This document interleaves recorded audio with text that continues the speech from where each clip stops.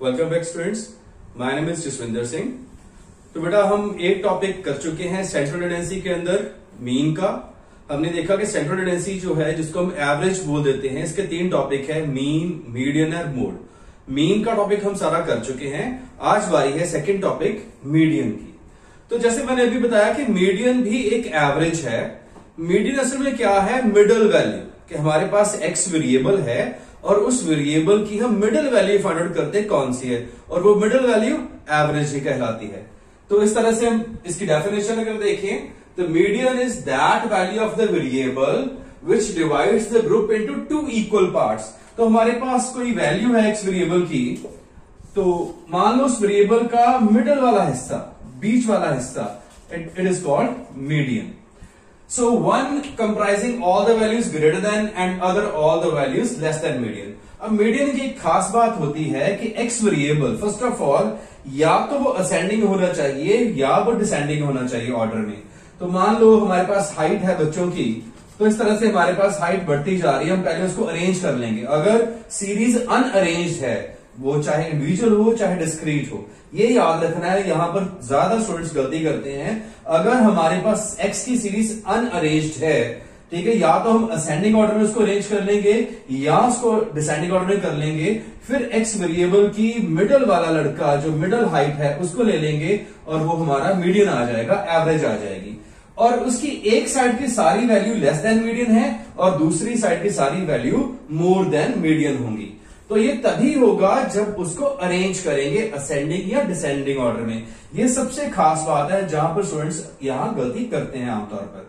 First of all x की values को arrange करना है और मिडल वैल्यू देखनी है कौन सी है, that will be median value या मिडल वैल्यू।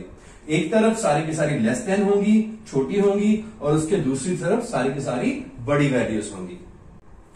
हाँ जी बेटा, तो मीडियन का हम टॉपिक कर रहे हैं। जैसे हमने अभी देखा कि मीडियन कौन सी होती है, मिडल वैल्यू। और इसी तरह से आपको सीरीज पता ही, आपने मीडियन मीन में सीरीज की थी, individual series, discrete series and continuous series. तो मीडियन में भी इसी तरह की 3 सीरीज है। पहले हम इंडिविजुअल सीरीज की बात करते हैं। इंडिविजुअल सीरीज में एक्स की सिंपल वैल्यू गिवन होती है। मैंने आपको बताया भी था कि यहां अगर रोल नंबर लिखे हों, यहां सीरियल नंबर लिखे हों, जैसे 1 2 3 4 5, तो इनका कुछ नहीं करना होता है, इनका सम में कोई रोल नहीं है। जस्ट काउंटिंग लिखी है कि हमारे पास 5 स्टूडेंट हैं, रोल नंबर 1 के 10 नंबर हैं, 2 के 4 नंबर हैं, 3 के 2 नंबर हैं, 6 के 4 नंबर हैं, 5 के 8 नंबर हैं। इंडिविजुअल सीरीज में एक्स की वैल्यूज को ही लेना है, साथ में रोल नंबर या सीरियल नंबर लिखा हो तो उसको नहीं लेते। आमतौर पर स्टूडेंट यहां पर गलती कर देते हैं, इसको वो एक्स मान लेते हैं और इसको वो फ्रीक्वेंसी कंसिडर कर लेते हैं। तो जब भी आपके पास रोल नंबर या सीरियल नंबर हो तो उसको नहीं ऐड करना है, सम करते उसको नहीं ध्यान देना है, सिर्फ सिंपल आपने एक्स की वैल्यू लेनी है। तो मैं बात कर रहा था इंडिविजुअल सीरीज में, ये क्लियर हो गया होगा सभी को, सिर्फ एक्स की वैल्यू देखनी है। मीडियन का सम है, तो हमने अभी बात की कि मीडियन तब तक सॉल्व नहीं करते जब तक एक्स की वैल्यू को आप असेंडिंग या डिसेंडिंग ऑर्डर में नहीं लिख लेते। तो ये देखो 10 है, 4 है, 2 है, 6 है और 8 है। तो देखे पता लगता है कि ये असेंडिंग ऑर्डर या डिसेंडिंग ऑर्डर में नहीं है। तो जब भी मीडियन का सम करना है, यहां पर खास ध्यान रखना है कि आप एक्स की वैल्यू को पहले असेंडिंग ऑर्डर में लिखेंगे। जैसे सबसे छोटी वैल्यू, फिर उससे बड़ी, फिर उससे बड़ी, फिर उससे बड़ी और फिर सबसे बड़ी। तो ये आपका एक्स अरेंज हो गया। इसको किए बिना आपका आंसर जो है वो गलत आएगा। जैसे अगर देख ही ले तो ये मिडल वैल्यू ये बनती है 2 तो सबसे स्मॉल वैल्यू है, वो तो मीडियन हो ही नहीं सकती। इसलिए पहले एक्स को अरेंज कर लेना है, उसके बाद हम लिखेंगे median is equal to size of, इसका फॉर्मूला है n+1/2, क्योंकि ये 2 हिस्सों में बांटता है इसलिए ओवर 2 आएगा, ठीक है, और साथ में th item. So size of n+1/2 item, ये लाइन हमेशा लिखते हैं। फिर उसके बाद size of n, individual series में n कैसे काउंट करते हैं, वैल्यूज देख लो कितनी है, जितनी वैल्यूज है वो उसका n हो गया, 1 2 3 4 और 5। सो हमारे पास आ गया 5+1/2 item. Size of 6/2 item, size of third item. अब देखो थर्ड आइटम कौन सी है, 1, 2 and 3 and this is median. So median is equal to 6 हमारा आ गया आंसर। तो बड़ा सिंपल सम है, मिडल वैल्यू देखनी है, बट ये याद रखना है कि पहले अरेंज करना है एक्स की वैल्यू को, उसके बाद फॉर्मूला पुट करो, आंसर आ जाएगा। बेटा देखो इंडिविजुअल सीरीज में हमने जो पिछला सम किया था उसमें 5 वैल्यू थी, ठीक है, और मिडल वैल्यू हमने निकाल ली, हमारा आंसर आ गया। तो अगर इवन हो एक्स की सीरीज में, देखो 1 2 3 4 5 6, तब कैसे करेंगे? फर्स्ट ऑफ ऑल एक्स को जैसे हमने पहले बोला कि जब भी इंडिविजुअल डिस्क्रीट सीरीज होगी, अगर एक्स जो है अरेंज नहीं है तो उसको पहले असेंडिंग ऑर्डर में अरेंज कर लेना है। तो सबसे छोटी वैल्यू 2 4 6 8 10 एंड 12। अरेंज करने के बाद हमारा थोड़ा सा पैटर्न सेम वैसा गया जो पिछले सम में था, median is equal to size of n plus 1 over 2th item.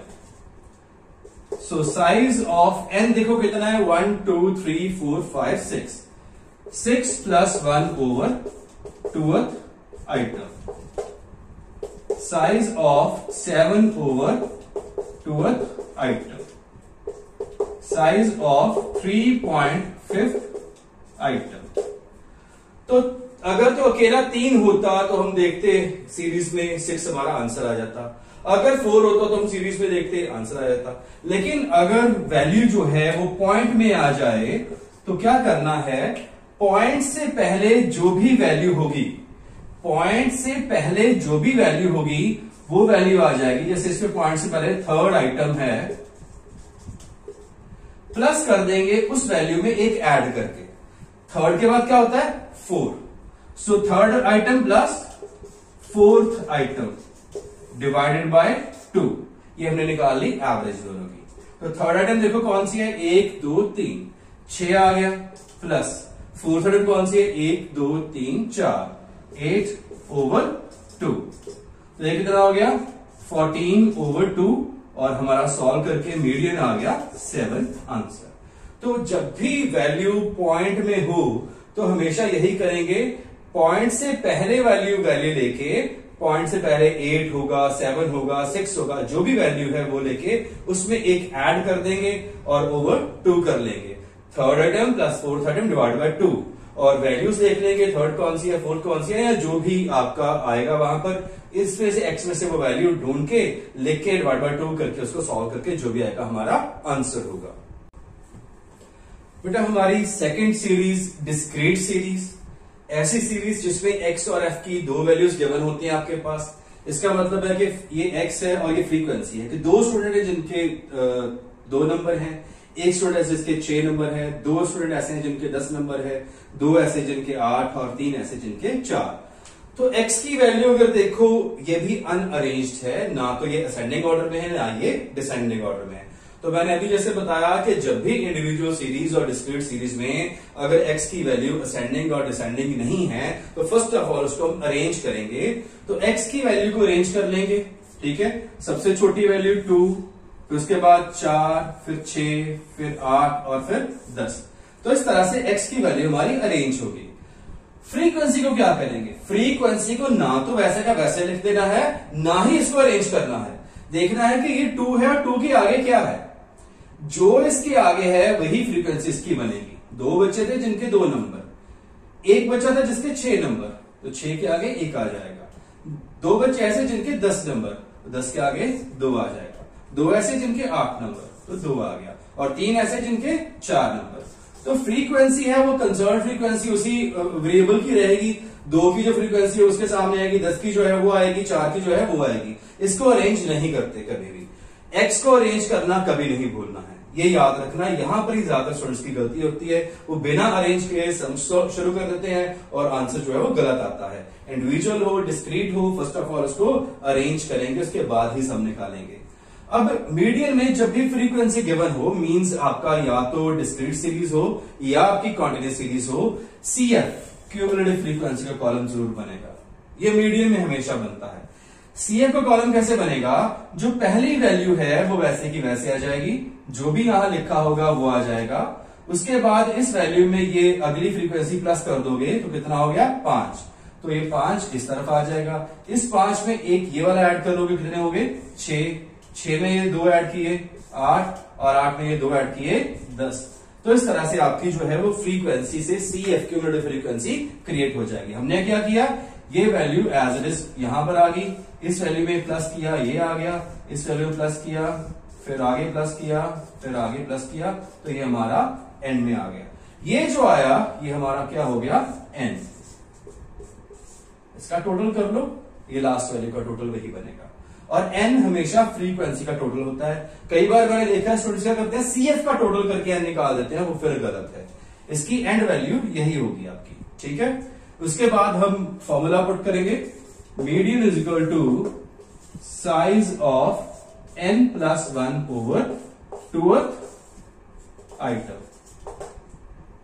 Size of n कितना है हमारे पास 10, so 10+1 over 2th item. Size of 11 over 2th item. Size of ये कितना हो गया 5.5th आइटम। अब 5.5 जो भी वर्ड यहां पर आएगा, जो भी वैल्यू यहां पर आएगी, वो आप CF में ढूंढोगे कि 5.5 किस वैल्यू के अंदर लाई करता है। अब ये 5.5 2 से बड़ा है, तो 2 के अंदर तो हो नहीं सकता। ये 5.5 5 से भी बड़ा है, इसके अंदर भी नहीं हो सकता। ये वैल्यू 6 से छोटी है, तो इस जो 6 है, जो भी CF आएगा उसका x कंसिडर करना है कौन सा है। इसके सामने x कौन सा है, ये वाला। सो इस वैल्यू का ये जो हमारा x है वो हमारा क्या हो जाएगा answer. So median is equal to 6 answer. तो इस तरह से हम देखेंगे जब भी आपका कॉन्टिन्यूस सीरीज होगी या डिस्क्रीट सीरीज होगी, CF का कॉलम हमेशा बनेगा। और एक और चीज, जैसे मैंने बार बार बोला है कि x को जरूर अरेंज कर लेना और उसके सामने की फ्रीक्वेंसी उसके सामने सामने लिखते जाना है, और जो भी लास्ट वैल्यू आ जाएगी यहां पर उसको CF में देखना है कि वो वैल्यू किससे छोटी है। वो वैल्यू 2 से बड़ी है, 5 से बड़ी है, 6 से छोटी है। जिससे छोटी होगी उसके सामने का जो x होगा वो उसका आंसर आ जाएगा।